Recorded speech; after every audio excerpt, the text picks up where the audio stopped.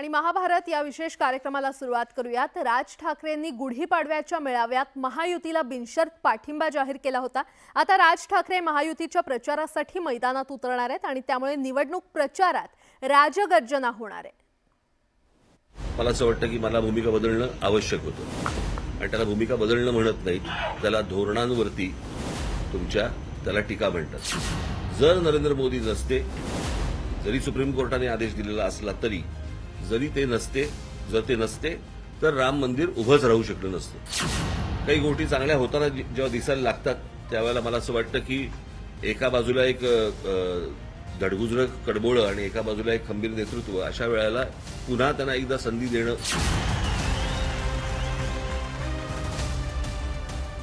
या कारणांसाठी राज ठाकरेंनी सत्ताधारी महायुतीतील लोकसभा निवडणुकीत बिनशर्त पाठिंबा दिलाय। गुढीपाडव्याच्या मेळाव्यात राज ठाकरेंनी महायुतीला पाठिंबा देण्याची घोषणा केली होती।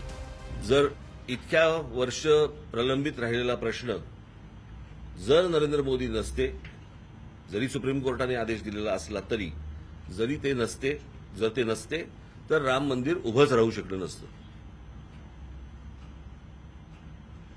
हा तसा अनेक जसे पेंडिंग विषय आहेत तसा हा एक तसाच राहून गेला असता विषय।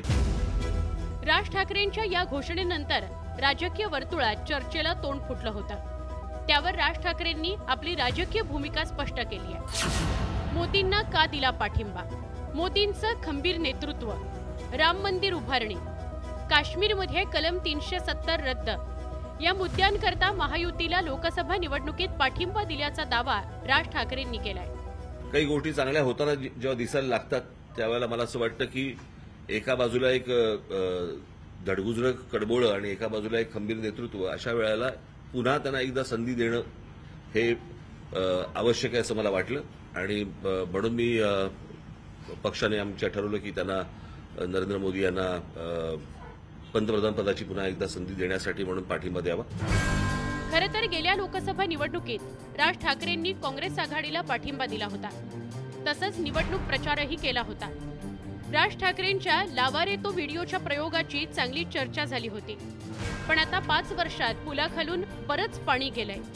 बदललेल्या राजकीय भूमिकेवर राज ठाकरेंनी हे स्पष्टीकरण दिलं। अनेक वेळा सांगतात लोक की राज ठाकरेंनी भूमिका बदलली। प्रश्न 2014च्या अगोदरची भूमिका ही निवडून आल्यानंतर, सत्तेत आल्यानंतर जर तिकडे भूमिका बदलू शकते तर मला असं वाटतं की मला भूमिका बदलणं आवश्यक होतं आणि त्याला भूमिका बदलणं म्हणत नाही, त्याला धोरणांवरती त्याला टीका म्हणतात। लोकसभा निवडणूक जाहीर झाल्यापासून राज ठाकरेंची मनसे कोणती भूमिका घेते याकडे सगळ्यांचं लक्ष लागलं होतं।